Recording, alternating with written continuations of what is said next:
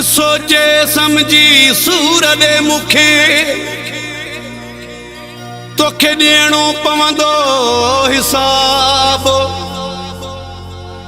अली सरोही चे जवाब जानी ॾींदुसि तोखे मां जग में।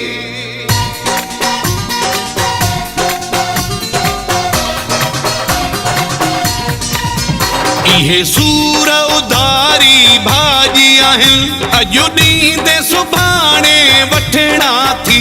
इहे सूर उधारी भाॼी आहिनि अॼु ॾींदे सुभाणे वठणा थी। अॼु ॾींदे सुभाणे वठणा थी। इहे वारा अचणा वञणा थी।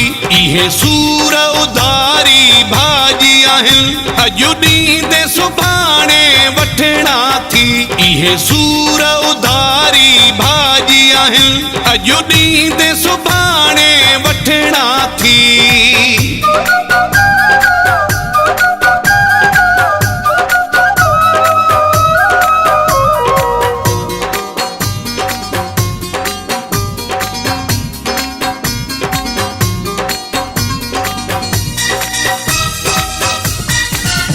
अॼु मुंहिंजे अंगण ते सूर आहे पर यार इहो दस्तूर आहे।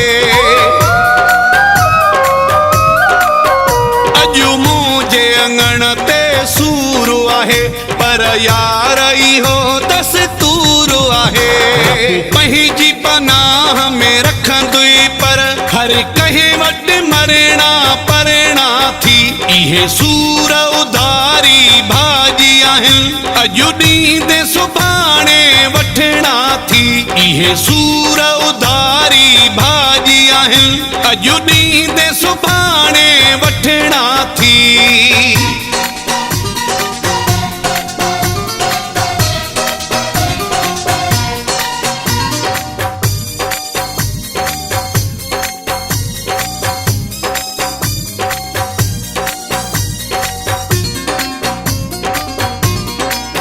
रब सूं हज़री त ॾिनी थी पर उन खां बि घणो आहे तोखे तकबर। रब सूं हज़री त ॾिनी थी पर उन खां बि घणो आहे तोखे तकबर। वक़्त बि आख़िर वञणो थी। ही ॾींहं बि नेठ गुज़रणा थी। इहे सूर उधारी भाॼी आहिनि अॼु ॾींदे सुभाणे वठणा थी। इहे सूर उधारी भाॼी आहिनि अॼु ॾींदे सुभाणे वठणा थी।